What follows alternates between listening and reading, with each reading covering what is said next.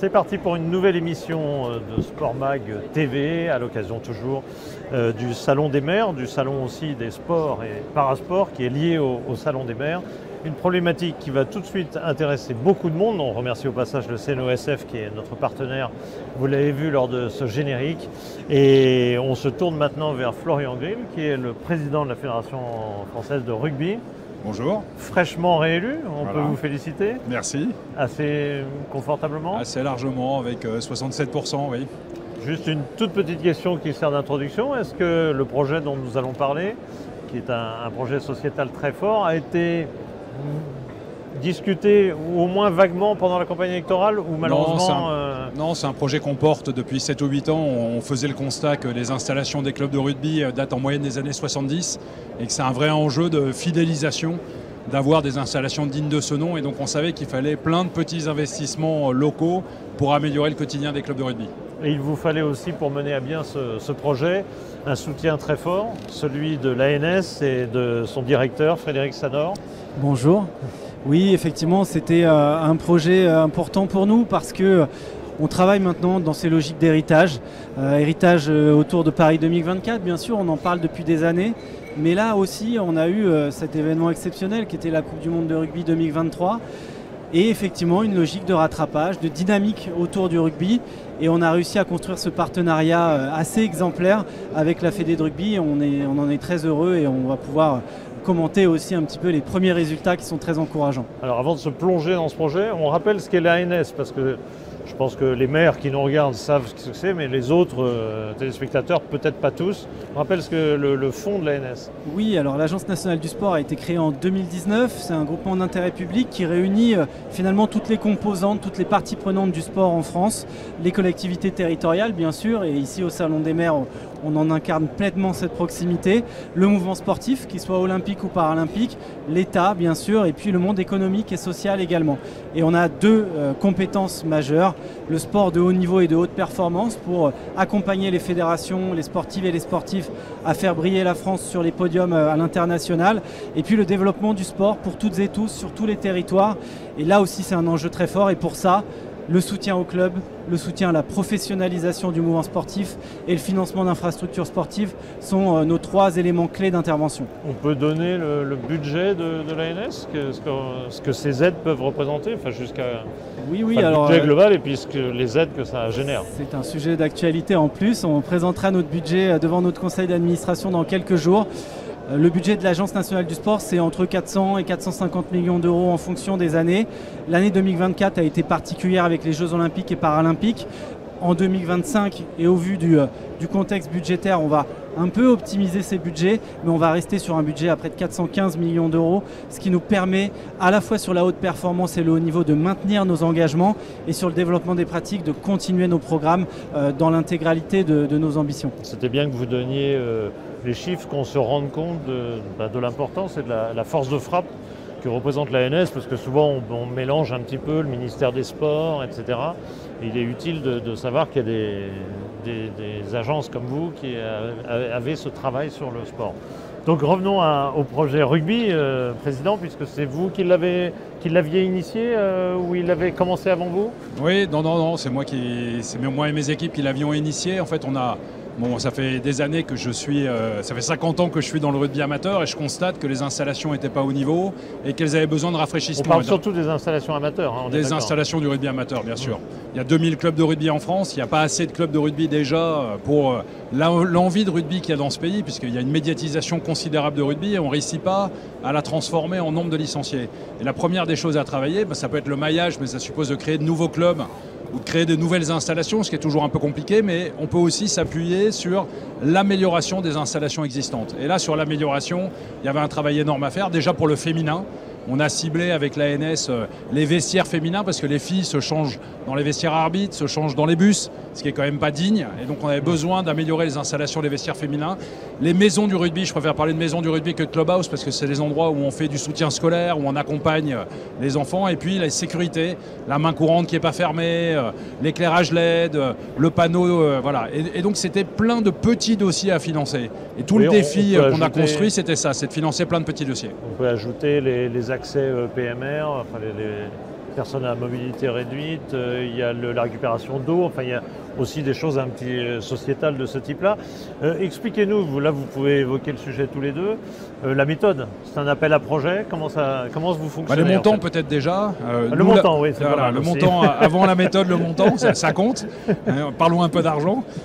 Nous, la Fédé, alors on pensait avoir un héritage de la Coupe du Monde, pour être honnête, on ne l'a malheureusement pas eu, mais on a décidé quand même de miser sur les installations de la Coupe du Monde 2023. On a décidé de miser 5 millions d'euros de nos propres ressources du coup, et on a été voir la NS qui a accepté d'abonder à hauteur de 5 millions d'euros. Donc c'est 5 plus 5, et comme on finance 50% des équipements dans la limite de 100 000 euros, on a financé 20 millions, en fait 5 plus 5 égale 20, c'est comme ça qu'on a appelé le plan, une enveloppe globale de 20 millions d'euros pour financer le type d'équipement que je décrivais, et effectivement également des accès PMR et autres. Et je laisse Frédéric rebondir. Et donc à travers une méthode d'appel à projet?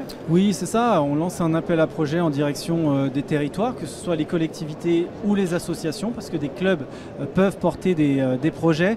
Et donc effectivement, plutôt que d'avoir des leviers financiers d'un côté avec la FFR et de l'autre côté avec l'Agence nationale du sport, on a une logique de guichet unique. On dépose un seul dossier qui répond à un cahier des charges qu'on a défini en commun avec la fédération. On a également une commission d'instruction mixte où on retrouve des personnels de la fédération, des élus et des services de l'Agence nationale du sport. Et ensuite, on instruit les dossiers et on accompagne les projets. Et cette première année a été assez exceptionnelle. On a accompagné plus de 200 projets. Donc quand Florian expliquait qu'il y avait 2000 clubs de rugby, ça fait déjà près de 10% finalement. Alors là, je crois qu'on a un premier, oui, il y a une répartition. un premier relevé. Enfin, c'est pas un premier d'ailleurs, parce que le chiffre de 207 projets, c'est fini ou il y a il est stabilisé. L'appel à projet est fini, hein. Oui. Sauf à ce que la NS nous dégage une nouvelle enveloppe. Bon, ça c'est la deuxième phase. J'en serais bien sûr ravi. Deuxième phase. Mais oui, on a 207 projets qui sont financés, qui couvrent vraiment l'ensemble des territoires, y compris l'outre-mer. Et voilà, c'est une somme de petits dossiers, parce que le dossier maximal est à 100 000 euros. Oui, c'est limité. Hein. La moyenne est aux alentours de 47 000 euros, je crois. Voilà. Donc on a vraiment financé, pour notre quote-part, donc c'est 50% du montant, hein, c'était limité.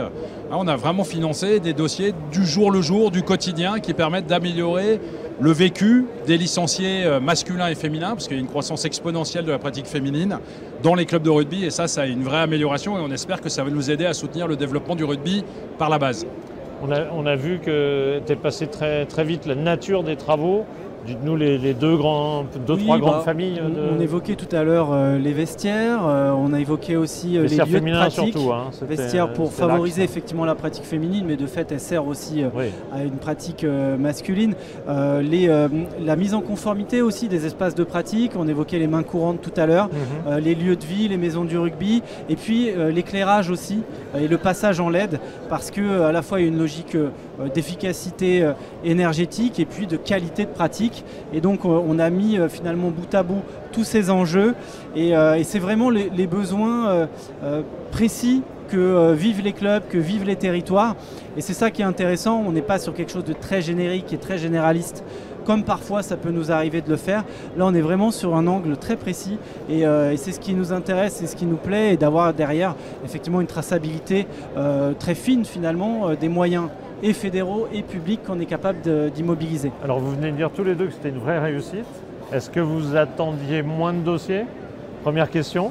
Et la deuxième, qui les a portés? Est-ce que ce sont plus les collectivités ou est-ce que les clubs eux-mêmes ont réussi à monter des vrais dossiers? Alors, les gens qui portent les dossiers, ce sont les collectivités, mais ce sont souvent les clubs qui sont allés voir leur collectivité en leur disant ça serait l'occasion de m'aider à refaire des vestiaires féminins, ça serait l'occasion de m'aider à faire un accès PMR, ça serait l'occasion de m'aider à agrandir la maison du rugby, le clubhouse, parce que voilà, on y fait du soutien scolaire et donc ça a du sens.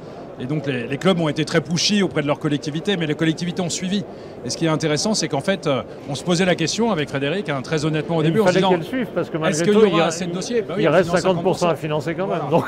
En fait, il n'y a pas eu de problème de dossier. Il y a eu, alors ils sont tous arrivés un peu dans le dernier week-end, donc je pense que l'ANS a eu des sueurs froides. Moi, je suis très content du partenariat avec l'ANS parce qu'on s'est appuyé sur eux, sur leur capacité à arbitrer les dossiers. Parce que moi, je voulais qu'on soit... Tu as mentionné que dans la commission mixte, en fait, il y avait des salariés FFR. Moi, j'ai demandé justement que les élus ne soient pas là. Donc, on ait des salariés FFR, des représentants de l'ANS, et que ce soit eux qui fassent l'arbitrage des dossiers pour éviter qu'il y ait des avantages à certaines régions. Exactement. Comme ça, et donc, on voit, in fine, on a quoi? On a vraiment des dossiers qui sont équirépartis de manière très cohérente par rapport au nombre de clubs de rugby sur l'ensemble du territoire, qui touchent aussi les Outre-mer et qui répondent vraiment à des besoins de proximité qui sont émis par les clubs au départ et là, ensuite on voit voilà, on voit la répartition par zone géographique par région, ouais, et ça. Ensuite validé par l'ANS qui a servi de tiers de confiance et qui l'a très bien fait. Il y a eu des dossiers refusés ou 207 c'est ceux acceptés ou c'est la totalité? C'est des dossiers acceptés, il y a eu des dossiers refusés ou des dossiers qu'on a demandé de retravailler d'une commission pas assez à une complet, autre. Exactement. Voilà. Et on a en moyenne 85% de communes, 10% d'intercommunalités et 5% d'associations sportives qui ont porté des projets sur ces 207 dossiers retenus. D'accord. Et du coup, les 5%, c'est des clubs assez conséquents? Pas forcément. En non, fait, pas il arrive forcément. que des clubs soient propriétaires de leurs installations. Et dans ce cas-là, c'est le club qui porte son dossier. D'accord. Ça peut arriver sur des petits clubs comme ça peut arriver sur des gros clubs. Donc en général, celui qui fait le dossier, c'est celui qui est le propriétaire de l'installation et qui a la capacité à le porter. Enfin, en tout cas, bravo pour cette réussite. Mais maintenant, on va essayer d'expliciter plus en amont. Vous avez évoqué tout à l'heure une phrase, je crois subrepticement, vous avez glissé, c'est nous voulons développer le rugby par la base. Alors, je vous pose une question.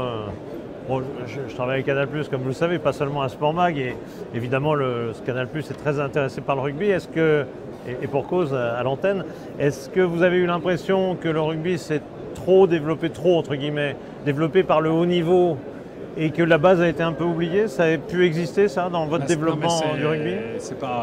C'est un peu existé, c'est ça. C'est-à-dire qu'aujourd'hui, on est le deuxième sport en France dans les médias. On a deux moteurs, le rugby à 15 et maintenant le rugby à 7. On voit même qu'on a passé les audiences du football, qui sont mes amis, hein, mais je suis très content avec France-Nouvelle-Zélande, par exemple. On fait des records d'audience à 8 millions pour des matchs bien plus que le France-Italie ou le France-Israël. Donc on voit exact. Il y a une envie de rugby qui est considérable dans ce pays et en fait on n'a pas les installations qu'il faut. On est le deuxième sport en France dans les médias, on n'est que le 10e en nombre de licenciés, donc on a un vrai décalage. On n'a que 2000 clubs de rugby quand il y a 13 000 clubs de football. On a un manque de maillage de proximité. On a des installations qui ne sont pas au niveau. Et là, on a fait un bout du chemin en les améliorant. Et il y a besoin d'investir dans le rugby parce qu'il y a de plus en plus de gens qui veulent faire du rugby à 15, à 7, à 5 aussi, qui est une pratique sans choc, sans plaquage, basée sur la passe et l'évitement. Et puis, on a la croissance de la pratique féminine qui est exponentielle. On a des taux de croissance à entre 10 et 20% tous les ans et les installations ont besoin de suivre. Et donc moi j'en appelle aux collectivités en leur disant mais investissez dans le rugby parce qu'en plus, moi je considère que l'investissement dans le rugby c'est un enjeu de société. Moi je pars du principe que s'il y avait plus de rugby dans la société se porterait mieux. On l'a vu avec le match France All Black et ce haka phénoménal dans un silence religieux. Le rugby apprend des valeurs de respect, de solidarité, de loyauté qui sont essentielles à la société. Et je pense qu'il faut continuer à investir dans le rugby et convaincre les collectivités de le faire. Et l'ANS doit nous y aider, bien sûr. Est-ce que dans les missions de l'ANS, vous avez aussi bien sûr le sport professionnel, ça peut tout à fait rentrer dans vos cordes, mais est-ce que le fait que ce projet soit d'abord basé sur la base, sur le sport amateur, donne encore plus, enfin, je ne sais pas qu'elle donne encore plus de valeur, mais l'ANS est encore plus boostée par ce type de projet? Alors effectivement, nous, pour le coup, on n'est pas en charge du sport professionnel. Vous financez jamais rien? Non, on finance éventuellement l'accompagnement de centres de formation. Oui, c'est ça, voilà, quand même. En amont des clubs professionnels. Mais c'est minoritaire par rapport aux investissements. C'est très minoritaire et donc c'est vraiment le sport amateur, le sport de base, le sport du quotidien qui est notre moteur sur le volet développement des pratiques sportives, sur le sport de haut niveau et de haute performance. Bien sûr, on peut accompagner des champions olympiques, des équipes olympiques. C'est ce qu'on a fait avec le rugby à 7 cet été ensemble. Mais pour le coup, voilà, on est vraiment basé sur les sports olympiques, paralympiques, le sport de haut niveau et bien sûr le développement de tous les sports amateurs sur tous les territoires. Un aparté, mais je crois qu'à un moment, le nombre de licenciés même de rugby avait commencé à baisser singulièrement. Vous avez souffert d'une baisse. Est-ce que c'était, alors c'est remonté, hein, je crois, très correctement, mais est-ce que vous diriez que c'est purement un manque d'installation qui explique votre faible nombre de licenciés, entre guillemets, faible entre guillemets, je veux dire, ou est-ce que le rugby n'est pas un sport si facile que ça à pratiquer pour tout le monde? Non, il y a eu une baisse de licenciés, effectivement elle est remontée avec la Coupe du Monde, avec les Jeux Olympiques.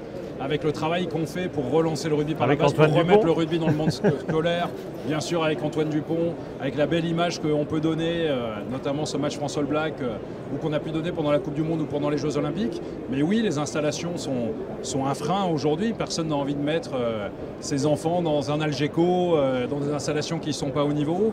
Les filles ont besoin de se changer dans des vestiaires pour les filles et pas dans les vestiaires à arbitres ou dans les bus ou dans les voitures parfois. Donc oui, il y a ce besoin d'installer. Moi, je pense que s'il y a un projet en France, c'est le projet de la jeunesse de France. Et la jeunesse, on va les attraper avec le sport. Le sport en général, et bon, je plaide pour ma paroisse, le rugby en particulier. Voilà. Moi, j'ai ma petite phrase, je dis au rugby, on ne transforme pas que les essais, on transforme les personnes.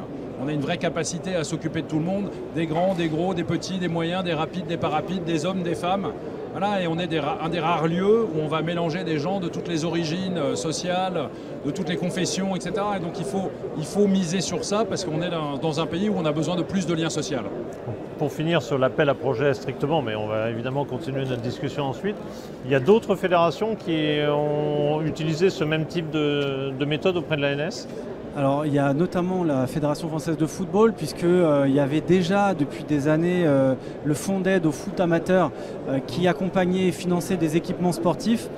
Et un peu dans la même réflexion, on s'est dit, mais d'un c'est-à-dire côté... qu'il y avait un circuit fédéral à l'intérieur de la Fédération française, Exactement. mais ils se sont appuyés sur vous Oui, aussi on a travaillé pour avec sélectionner la les dossiers 3F et avec la Ligue de football amateur pour effectivement définir des cahiers des charges en commun, dans le cadre notamment de notre plan 5000 terrains de sport qu'on a lancé en 2022, parce qu'il y avait ce projet de diversifier les pratiques du football, notamment le futsal extérieur, comme ils l'appellent, et le foot à 5. Et donc ça nécessite des terrains adaptés, et donc on avait là aussi un objectif de 200 terrains. Et donc on a mobilisé les moyens du FAFA qui ont été fléchés vers l'Agence nationale du sport et on a porté ensemble un guichet unique et un cahier des charges commun pour mettre en œuvre. Et aujourd'hui on a atteint cet objectif des 200 terrains, ce qui était là aussi une satisfaction. Donc voilà, c'est des expériences intéressantes. Et vraiment moi je tiens à saluer notamment le travail de la fédération et sous l'impulsion de Florian, parce que derrière le projet d'équipement, il y a un projet à dimension plus sociale, plus sociétale, et ça veut dire en interne aussi au sein des fédérations des choix forts à porter. Et ça, on a besoin de ça aujourd'hui. On porte beaucoup la place du sport dans la société et aussi la manière dont le sport permet d'apporter des réponses, qu'elles soient effectivement sur le champ de l'emploi, de l'insertion, de l'aménagement du territoire, du lien social, de la citoyenneté. Je pense qu'on en a énormément besoin dans notre pays et c'est grâce aux fédérations et notamment les plus fortes ou les plus médiatiques que l'impact est encore démultiplié et ça va donner envie à d'autres de s'investir en fonction de leurs moyens bien sûr aussi, mais ça c'est exemplaire et c'est ce qui fait que voilà, on est forcément très engagé dans ce type d'action. Alors football, rugby, ce sont effectivement des grosses fédérations, mais on peut s'attendre à ce que d'autres fédérations aillent vers cette méthode-là également, que le rugby inspire les autres. Merci à Frédéric de parler de nous comme ça aussi positivement. Moi, c'est ce que j'appelle la fédération à mission. C'est d'assumer le fait qu'on n'a pas que un rôle sportif, on a un rôle éducatif. En plus, le rugby est un sport qui est né à l'école et on a un rôle citoyen et il se concrétise par du rugby adapté pour des enfants ou des adultes en situation de handicap, par du rugby santé, cancer, diabète, obésité. On a un sport où le fait d'être en surpoids n'est pas un problème. On travaille sur l'emploi, il l'a dit, sur les job dating, comme le font pas mal d'autres sports. On travaille dans les quartiers prioritaires de la ville. Ça, c'est un vocabulaire d'entreprise. Vous êtes un entrepreneur. Moi, je suis un entrepreneur, mais je suis surtout je suis un citoyen. Je suis un citoyen, je suis un passionné de rugby et je crois que le rugby contribue à améliorer la société. Donc, du coup, je sais pourquoi je me lève tous les matins.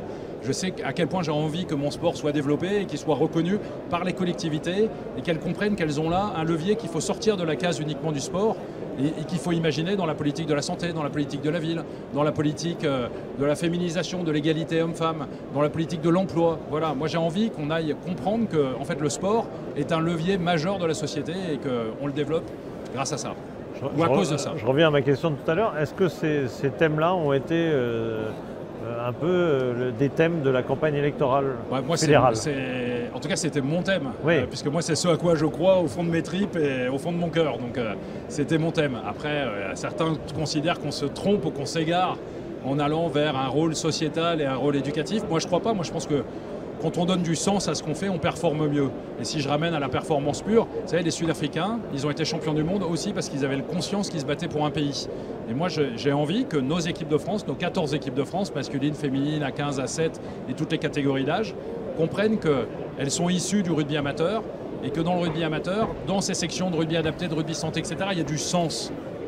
On transforme des gens, on accompagne des parcours de vie. Et je pense que quand on comprendra à quel point on doit être sourcé là-dedans et la responsabilité qu'on a vis-à-vis des 2000 clubs de rugby amateurs, vis-à-vis des 60 000 bénévoles, et ben je suis sûr que la performance sera d'autant plus au rendez-vous. Performance et sens ne sont pas antinomiques. Il y a un discours qui est très intéressant de la part du président et qui c'est l'entreprise et le terroir, en gros. Hein. Je veux dire, c'est un vocabulaire d'entreprise, excusez-moi de le dire. Vous êtes un chef d'entreprise. Oui, mais c'est un vocabulaire de terrain aussi. Et en même temps de terrain, de terroir, etc. C'est quelque chose qui rencontre un écho chez vous en termes d'efficacité économique? Oui, exactement, parce que moi j'ai toujours essayé, depuis près de 6 ans maintenant, avec la création de l'Agence nationale du sport, d'essayer de construire une institution qui est à mi-chemin entre une administration, parce qu'on gère de l'argent public, une fédération, parce qu'on est très proche du monde sportif, et une start-up, parce qu'on veut en permanence innover, on veut aussi diversifier nos ressources, on veut créer plutôt des partenariats qu'une logique plus autoritaire ou plus descendante. Et c'est comme ça qu'on essaie de travailler avec toutes les parties prenantes qui sont autour de nous. Et c'est ce qui, je pense, nous apporte le supplément d'âme dans les équipes, dans les staffs de l'agence. Il y a des gens qui sont compétents mais qui sont engagés, qui sont des passionnés, qui vont travailler quand ce sera nécessaire le soir, le week-end, qui ne vont pas toujours compter leurs heures, même s'il y a un cadre du travail qu'il faut qu'on respecte, bien sûr. Mais ça, c'est quand même quelque chose d'important parce que les interlocuteurs qu'on a en face de nous, ça peut être des bénévoles, ça peut être des gens qui eux aussi vont avoir des moments décalés parce que le sport c'est comme ça, c'est 7 jours sur 7, c'est du matin tôt au soir parfois très tard. Et si on n'a pas compris ça, c'est moins intéressant de venir dans notre secteur. Et là, effectivement, on se retrouve. Et c'est pour ça que très vite, on trouve des chemins de partenariat qui relient finalement, pour moi, politique publique et performance. Et pas qu'à travers une performance sportive, mais une performance sociale et sportive. Et donc ça nous parle bien. C'est aussi pour ça, nous, qu'on a été créés et qu'on essaye de bosser au quotidien. Et puis quelque part, Président, excusez-moi la formule, mais on entend toujours parler des valeurs de l'Ovalie, mais certains se demandent si c'est juste la troisième mi-temps, si c'est ceci ou si cela. Est-ce que vous n'êtes pas en train, dans votre discours, de donner un sens à cette formule qui est un peu facile, mais qui est en l'occurrence une signification? Ouais, avant ça, je veux saluer l'ANS parce que ce que Frédéric a dit, c'est vrai. C'est pas juste un discours de principe, c'est vrai. Nous, on le ressent vraiment comme ça. On a un vrai partenaire avec l'ANS. Vous travaillez depuis le début ensemble? On travaille depuis le début ensemble. Depuis 2019, on a un vrai partenaire de terrain, etc. Et oui, en fait, la réalité, c'est que les valeurs du rugby, elles existent depuis toujours, sauf qu'elles existent dans les clubs amateurs. On ne les a pas suffisamment mises en avant. On était un peu comme M. Jourdain qui faisait de la prose sans le savoir. On fait du sociétal sans le savoir depuis toujours. Moi, je sais que le rugby a sauvé la vie de plusieurs personnes, y compris de proches. Donc, je sais que sans le rugby, ils ne seraient pas ce qu'ils sont devenus. Et donc, on avait simplement besoin de le dire. Et nous, maintenant, on le mesure. C'est-à-dire qu'on a créé un nouveau label club engagé pour valoriser les clubs qui font du bien, qui font du bien au rugby. Faire du bien au rugby, c'est investir sur l'éducation par le sport ou investir sur la citoyenneté. Rugby santé, rugby adapté, QPV, zone rurale. On est la première fédération rurale de France après la chasse. On est capable de créer du lien. Là, je vois en ce moment, il y a un vrai sujet avec les agriculteurs. On crée du lien à un niveau local. On est plus important parfois qu'un bureau de poste. Je dis aux collectivités, investissez dans le rugby. On a un levier formidable d'accompagnement de la société. Et alors oui, vous avez créé un outil, le logiciel Ovalie. C'est bien ça? Ça a été créé au sein de la FFR? Ovalie, c'est le logiciel de gestion de la Fédé. Ah, pardon. Et en fait, pour favoriser, pour aider, pour identifier facilement parmi les 2000 clubs ceux qui font du bien au rugby, on a défini 47 critères, dont la moitié sont quantitatifs, issus du logiciel Ovalie. On sait dire si un club de rugby il a 1, 2 ou 3 étoiles à l'école de rugby, s'il a une école d'arbitrage, le pourcentage de féminines, le pourcentage de gamins qui vivent en quartier prioritaire de la ville ou en zone rurale. Ça sort automatiquement du logiciel Ovalie. Et à côté de ça, on est capable de définir des critères qualitatifs. Est-ce que je fais du rugby santé, du rugby adapté? Et ça nous a permis de classer les 2000 clubs de France sur un certain nombre de piliers. l'éducation par le sport, l'inclusion, l'éco-responsabilité, l'emploi, etc. Et on transmet ces données à l'ANS qui permettent aussi à l'ANS, dans son arbitrage des dossiers, de dire si on doit le choix entre le club A et B, on va prendre celui qui investit le plus, qui fait le plus de bien au rugby et à la société, parce qu'il est dans l'éducation par le sport ou parce qu'il est dans l'action citoyenne. En foot, il y a le fonds d'action du football. Est-ce que la méthode du rugby se rapproche de ça? Alors là, avec une différence de moyens, on va le dire comme ça, c'est-à-dire que les moyens du rugby sont très limités par rapport aux moyens du foot. Prenez l'équipementier du football, c'est 100 millions d'euros, l'équipementier du rugby, c'est 5 millions d'euros, même si on est ravis de travailler avec Adidas qui nous aide beaucoup.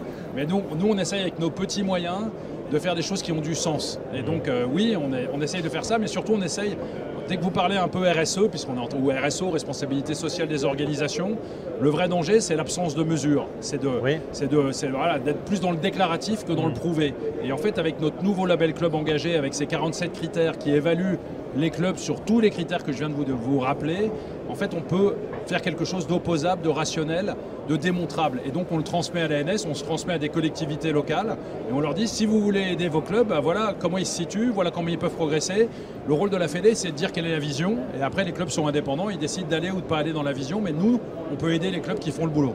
Alors évidemment, la démarche est plus qu'intéressante, mais est-ce que du côté de l'ANS, c'est pas je dirais une nécessité d'avoir une évaluation, parce que c'est pas si facile que ça, d'évaluer l'importance d'un club, ce qu'il apporte. On a tous dans nos têtes, tel club, c'est formidable, il a une histoire, il a été champion en telle année, etc. C'est pas ça vos critères. Vos critères, vous avez besoin de beaucoup plus que ça pour évaluer l'utilité à la société d'un club. Oui, exactement. Alors en sachant que l'utilité, elle peut être en hyper proximité sur un petit groupe de personnes, mais pour lequel il va y avoir une influence et un intérêt très marqué, et puis parfois sur des groupes d'individus plus larges. Mais ce qui rejoint finalement l'impulsion qu'on a voulu donner dès 2019, c'est dans cette logique de partenariat avec le mouvement sportif dont je parlais tout à l'heure, il y avait cette volonté à travers la création de l'agence de responsabiliser les fédérations et aussi de les autonomiser. Et donc c'est pour ça qu'on a créé ce dispositif des projets sportifs fédéraux. C'est aujourd'hui plus de 70 millions d'euros qui se permettent d'accompagner un peu plus de entre 16 et 18 000 clubs sportifs par an. Et là, on demande aux fédérations leur stratégie de développement pour aller chercher des nouveaux licenciés, pour aller chercher des nouveaux publics ou ceux qui sont un peu moins présents. On parlait des femmes tout à l'heure, on peut parler du parasport, on peut encore parler d'autres publics sur des territoires plus localisés. Et les fédérations ont joué le jeu depuis des années. Les fédérations nous ont démontré qu'elles savaient, définir une stratégie de développement et deux, la développer. Mais pour pouvoir la développer, il faut des moyens. La fédération ne peut pas être juste prescriptrice de règles et d'orientation. Elle peut le faire dans le cadre de ses règlements de championnat ou fédéraux. Mais quand c'est sur de l'inspirationnel, sur la manière dont on va répondre à telle logique sociétale, le club sportif, il n'a pas toujours envie de le faire. C'est pas parce que le club sportif, à la base, souvent, il fait des entraînements et des compétitions. Et puis pour certains, ils ont envie d'aller plus loin et ils ont envie de faire plus de choses. Et là, les projets sportifs fédéraux le permettent, et grâce à des outils comme ceux qu'ont développé la fédération de rugby, mais on pourrait citer la fédération de judo et d'autres également, là, pour le coup, on peut aller beaucoup plus loin. Et ça change par rapport au modèle d'hier. Le modèle d'hier, c'était un modèle qui disait l'orientation nationale, c'est 3 thématiques générales qui s'imposent à tous les sports. Sauf que la stratégie du rugby est différente de celle du tir à l'arc, du judo, du volleyball ou du handball. Et c'est ça qu'on prend en compte aujourd'hui. Et ça nécessite de comprendre les pratiques, les disciplines et de faire confiance aussi aux dirigeants sportifs. Et ça nécessite aussi au niveau des fédérations une véritable compétence. Est-ce que les fédérations sont toujours, parlons du rugby parce que c'est un bon exemple, c'est une fédération importante mais pas si forte que ça d'un point de vue finance comme vous l'avez rappelé. Est-ce que vous avez toutes les compétences à l'intérieur? Est-ce qu'il y a encore un gros effort à faire pour faire progresser les fédérations pour arriver à générer toutes les missions qui sont citées par Frédéric? Moi, ça fait 15 mois simplement, ou 16 mois maintenant que je suis à la fédération de rugby, réélu récemment, mais j'ai fait une fin de mandat. Moi, je constate quand même qu'il y a des équipes d'une incroyablement bonne volonté à la Fédération française de rugby. Donc, il y a la qualité là. Après, c'est plus les process organisationnels qui sont à revoir. Il faut désiloter un peu les organisations, apprendre à la direction technique nationale, à travailler avec les administratifs. On a un peu tendance à travailler chacun dans son couloir de nage. Les élus avec les élus, les salariés administratifs avec les salariés administratifs, les salariés sportifs avec les salariés sportifs. En fait, on s'aperçoit que les projets, ils ont du sens quand tout le monde travaille ensemble. Et donc, c'est plus un processus organisationnel qu'on doit remettre en cause et puis un peu plus sourcé dans la data, un peu plus sourcé dans des réflexions qui sont financées, chiffrées, rationalisées, opposables. Et c'est pour ça que, à l'ère de la data, on a créé ce nouveau label Club Engagé, ces 47 critères rationnels, et du coup on travaille beaucoup mieux. Et puis quand on a un interlocuteur réactif, parce qu'on peut appeler Frédéric à toute heure du jour et de la nuit, je suis assez surpris à chaque fois, il répond très vite. Si c'est pas le jour même, c'est le lendemain. C'est agréable parce qu'on se dit, ok, on a du répondant, on est capable de faire avancer les sujets. Et quand on réussit à construire le 5+5 égale 20 et qu'on dépasse largement tous nos objectifs, c'est une vraie satisfaction pour le rugby. Et c'est une satisfaction sociétale parce qu'encore une fois, le sport est un enjeu de société. Et il faut donc un président très actif pour arriver à rassembler tous les moyens d'une fédération et obtenir une performance. Il faut surtout des équipes, parce que le rugby est un sport d'équipe et moi je suis la tête de gondole, je peux vous garantir qu'il y a des gens qui poussent derrière et on gagne les matchs quand on est plusieurs à pousser en mêlée.